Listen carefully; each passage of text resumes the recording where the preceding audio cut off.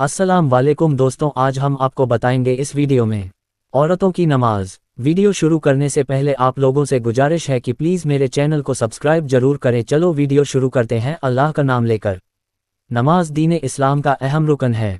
कलिमा पढ़ने के बाद हर बालिग मर्द और औरत पर रोज़ाना दिन रात में 5 नमाजें फ़र्ज हैं। अल्लाह ताला इसको उन बहनों के लिए मुफीद बनाए।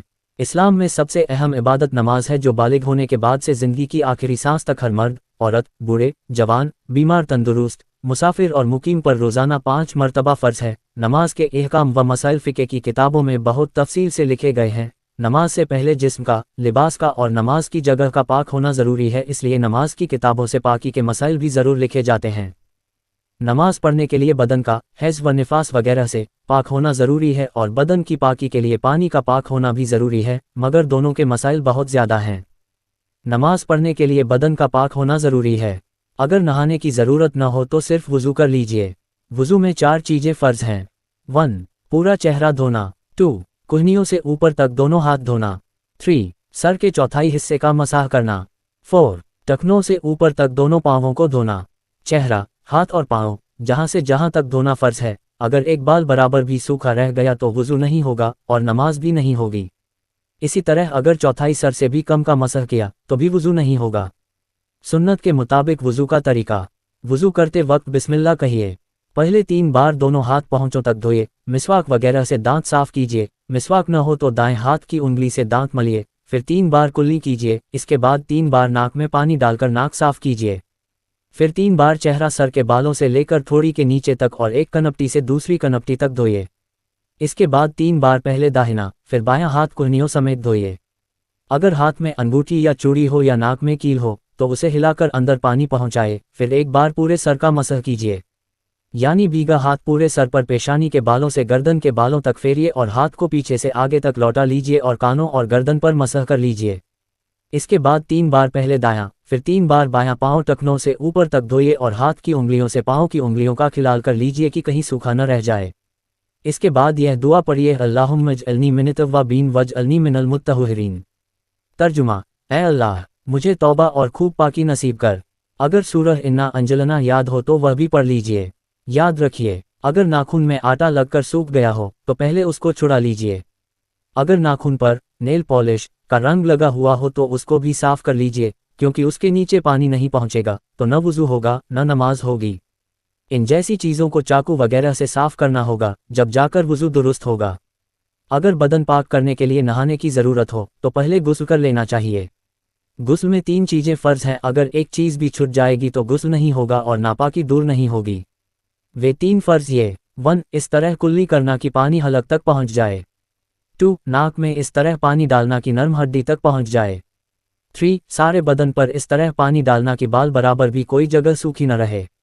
सुन्नत के मुताबिक गुस्ल का तरीका: पहले दोनों हाथ पहुँचे तक धो लीजिए, इस्तिंजा कीजिए और जहाँ पर भी नापाकी लगी हुई हो उस जगह को धो लीजिए। फिर वज़ू कीजिए। वज़ू के बाद एक बार सर पर पानी डालिए और सारे बदन पर अच्छी तरह हाथ फेरिए कि हर जगह अच्छी तरह पानी पहुँच जाए। फिर 2 बार और सर पर पानी इस तरह डालिए कि सारे बदन पर पानी बह जाए। अगर नाक में कील, कान में बाली या ईयर रिंग हो तो हिला लीजिए कि उन सुराखों में भी पानी पहुँच जाए। अगर पानी नहीं पहुँचा तो गुस्ल न होगा। नमाज पढ़ने के लिए और ज़रूरी चीज़ें। नमाज शुरू करने से पहले ये चीज़ें ज़रूरी हैं, इनके बगैर नमाज नहीं होगी। 1. बदन पाक हो। बदन की पाकी के लिए गुस्ल और वज़ू का तरीका बताया जा चुका है। 2. बदन के कपड़े पाक हों। कुछ औरतें बच्चों के पेशाब पाखाना की वजह से कपड़ों की नापाकी का बहाना करके नमाज छोड़ बैठती हैं। यह मजबूरी कोई मजबूरी नहीं है। नमाज के लिए दूसरा कपड़ा रखना चाहिए और नमाज पढ़ते वक्त पाक कपड़े बदलकर नमाज पढ़ें। 3. जिस जगह या जिस कपड़े पर नमाज पढ़ी जाए वह जगह या कपड़ा पाक हो। 4. सारा बदन कपड़े से छुपा हुआ हो, सिर्फ चेहरा पहुँचे तक हाथ और टखने तक पाँव खुले रखने की इजाज़त है, लेकिन एहतियात इसमें है कि चेहरे के सिवा हाथ पाँव भी नमाज की हालत में छुपे रहें।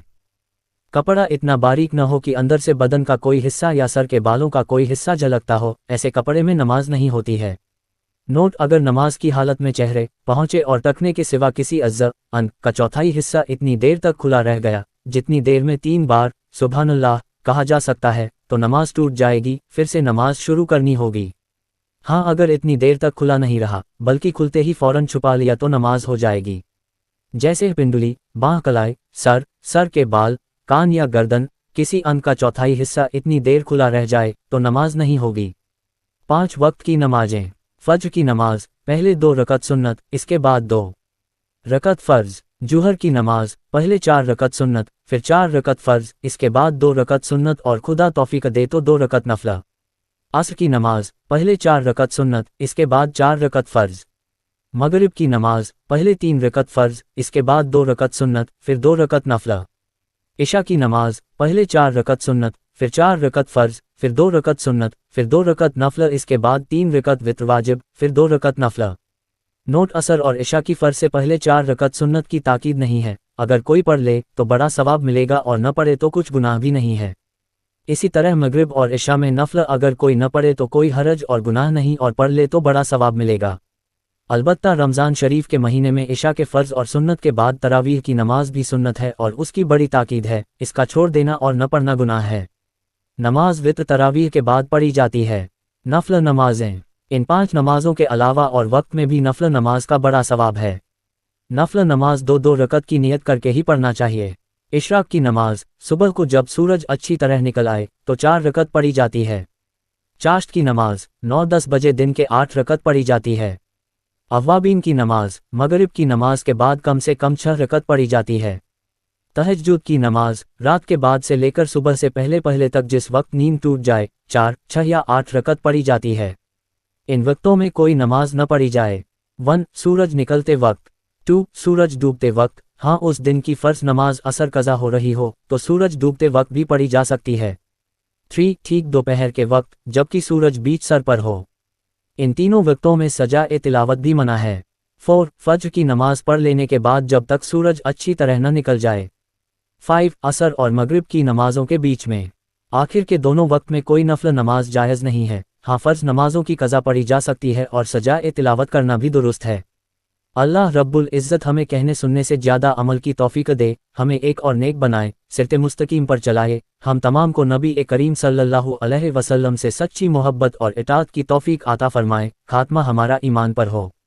जब तक हमें ज़िंदा रखे इस्लाम और ईमान पर ज़िंदा रखे, आमीन।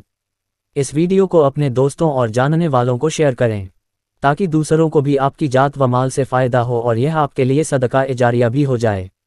क्या पता अल्लाह ताला को हमारी ये अदा पसंद आ जाए और जन्नत में जाने वालों में शुमार कर दे।